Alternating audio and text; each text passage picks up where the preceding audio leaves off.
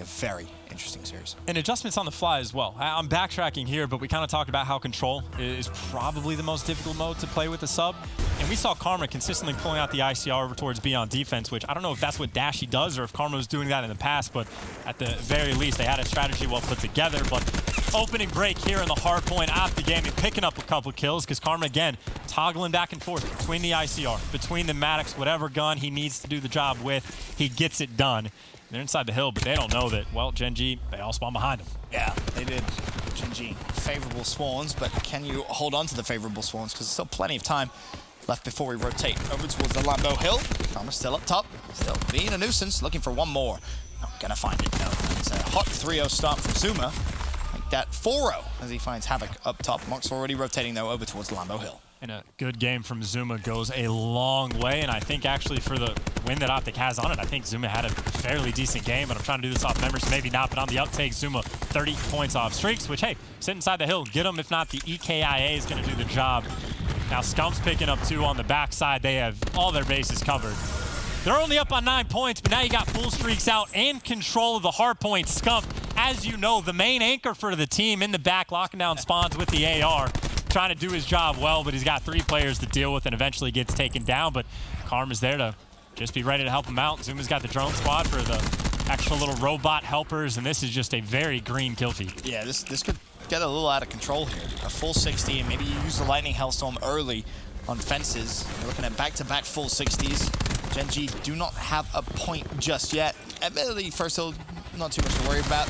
Second hill is going to be rough, but you've got to make sure this fences rotation, we're able to try and bait out a couple of streaks and just pull yourself back into this game. And we're also not 2 minutes into this game just yet, and Zuma is about 70, almost 75% of the way to the Tempest as well, which Tempest can be tricky to use, but the drone squad obviously doing a little bit of damage for him, even though he doesn't get the one gunfight. He does get the self-trade, but you're going to use the at least Hellstorm, if not Lightning Strike, to clear these players out, force them to connect or force them in the back. And, well, the ping's going to do that. You get a little bit more map control. Major Maniac, though, goes big, takes him down, and that gives Gen G a couple extra seconds of clearance before they got to deal with the score streaks. And they're just winning all of the gunfights, and you call it in. But for OPTIC Gaming, they don't really have anyone that close because they're all coming off spawn for the moment. So that's a couple seconds to get away, but everyone stays alive, and, well, they got to win the gunfights now. Karma able to get one, and, well, Scump and Crim6 find a couple. So OPTIC Gaming making it scrappy. Mox inside the hill, trying to stay alive. Scump goes for the hunt. You can't even get him. Gen G dealing with the pressure very well. Havoc gets the beat down on the TJ as well, and you still have, I believe, that Hellstorm for Zuma. So not the end of the world, but the problem, Mox now himself started working towards some streaks, and this is exactly what you needed if you're a Gen G fan. Just damage limitation, try and bait out some streaks, and I mean, this is best case scenario. If Mox is able to secure streaks of his own, Gen G's right back in this game.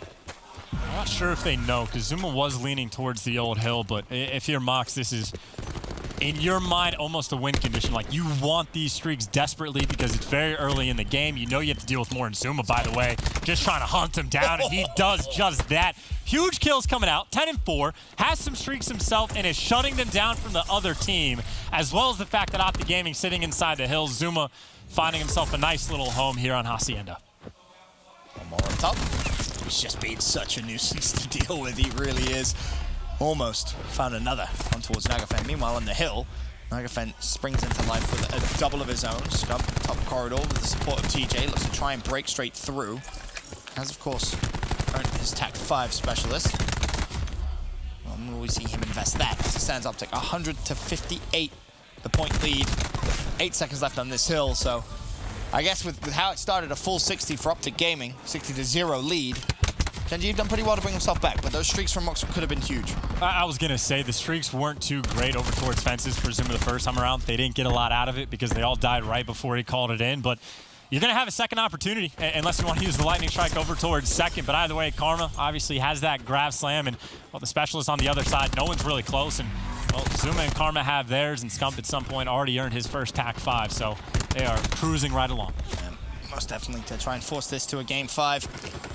Early hill control back in favor of OPTIC Gaming now. They'll keep your eye on the spawns. That's going to be massive here. And the way OPTIC Gaming are going to try and manipulate Gen G to spawn deep on the wrong side of the map. So far, so good. Number 3, Karma spawns fences and instantly recognizes, well, hold on, 20 seconds left. I don't need to push fences. I don't need to push mid-map. Let me track all the way through over towards the Garage Hill. And now he can set up a nice little camp there for his teammates. Karma, always making the right play at the right time.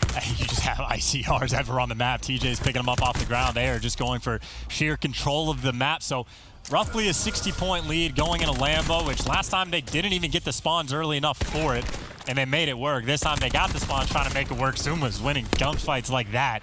Crimsix in the back as well, which even if he gets taken down, you got some score streaks if you want to put him in the back, but do you really need to? Because it's 2 players stunned, and OPTIC Gaming are just perfect so far.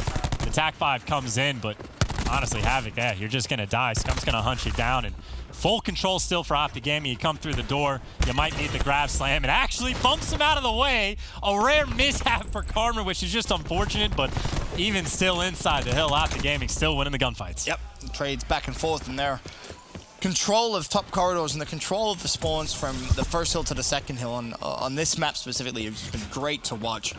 Again, Gen G finally able to get some points. I mean, so far, if you count the point tally from those 2 hills, from the first 2 rotations, 20 points for Gen G, maximum. That's how low it really has been, and that's a testament to how well OPTIC Gaming is really playing here.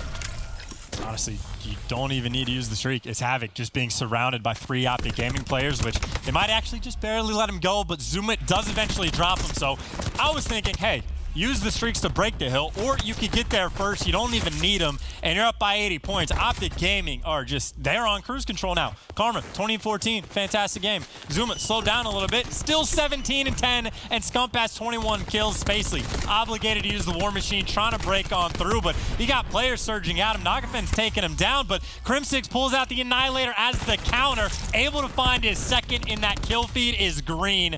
Havoc gets some drops, but the time just going the way of OG. More than 100-point lead here on Hacienda. Yeah, this has been a masterclass of hardpoint from OPTIC Gaming. 12 seconds left on this hill, and it's going to be contested, and they don't want to give it up. They are taking the fight to Gen G as they look to try and force a Game 5 search and destroy. Zuma still with that Hellstorm, and also a Tempest as well. Will he opt to pull that out? That's the question. Hellstorm first. So of course everyone to scramble inside corridor where OPTIC Gaming are ready and waiting. Karma and Scump set up the crossfire. They both find kills. Zuma finds the 4th. Good knowledge of where to expect Nagafen to be. And everything has just been so well thought out and executed here from OPTIC Gaming on Hacienda. Zuma, though, team killing. Okay. 15 seconds after the Hellstorm damages that Lamborghini. Major Maniac has the Vision Pulse, has the Annihilator, but I think he's dealing with the War Machine as well as whiffing shots. Havoc has to use the Gravity Slam to take him down, but that's a huge investment, and you might not get too much out of it. Final 25 seconds, but you had to do it. Honestly, OPTIC Gaming might even be able to fight for a couple seconds to scrap if they want to, or just set up for new, where even on the first hill, OPTIC Gaming has been pretty good so far. They're going for the trades at the end just to take these players down, but we're going back to middle hill. OPTIC Gaming 26 points away from winning the game. Nagafen has earned himself a lightning strike. Needs more, though. But Gen G is going to come back into this one. Zuma will drop. He's still looking for the EKIA. You don't really have to worry about the first hill. OPTIC Gaming hasn't been that's kill feed. Too kill heavy, or I should say time heavy on the first hill, but all 5 players go down. Nagafen has to use his streak. OPTIC Gaming, it's almost like a victory lap here for Game 4. Zuma connects on the 3rd, which at the very least is going to buy his team a little bit of time, but the time might not be good enough because the kill feed, well, Gen G picking up a couple kills. Of course, OPTIC Gaming fighting from the technical wrong side of the map for next, but if they can get any bit of this final 20 seconds, it's just going to edge them even closer to being able to win the game. 15 seconds, someone in the hill if they want to hop for it. The more they get, the better. And it just makes it so much more difficult for Gen G. They're going to have to be very close to perfect for the rest of this game for any hope of pulling off the miracle, which unfortunately for them, you see OPTIC, Karma able to get the spawns for his team, which just is going to make their job so much easier to try and break through. The trade does come through thanks to Spacely's nade, but peekaboo. A couple of shots coming through Crim. OPTIC Gaming, blitz into the hill, and Gen G spawning out towards fences. You have 10 seconds to touch the hill. And then, of course, you got to do the hard part. You got to kill him. And Zuma, he's just been fantastic to watch throughout this entire map. 24 and 15. Can he get 25? Not gonna happen, but performances like that are exactly what he's been picked up to provide. OPTIC Gaming forced the game 5. Across the board, fantastic game, but here's the situation, Ben. Turns out Gen G only good enough to win one hard point in this series, and we go to a game 5 where they're undefeated in the game mode, undefeated in series, and fighting for that #1 spot. All comes down to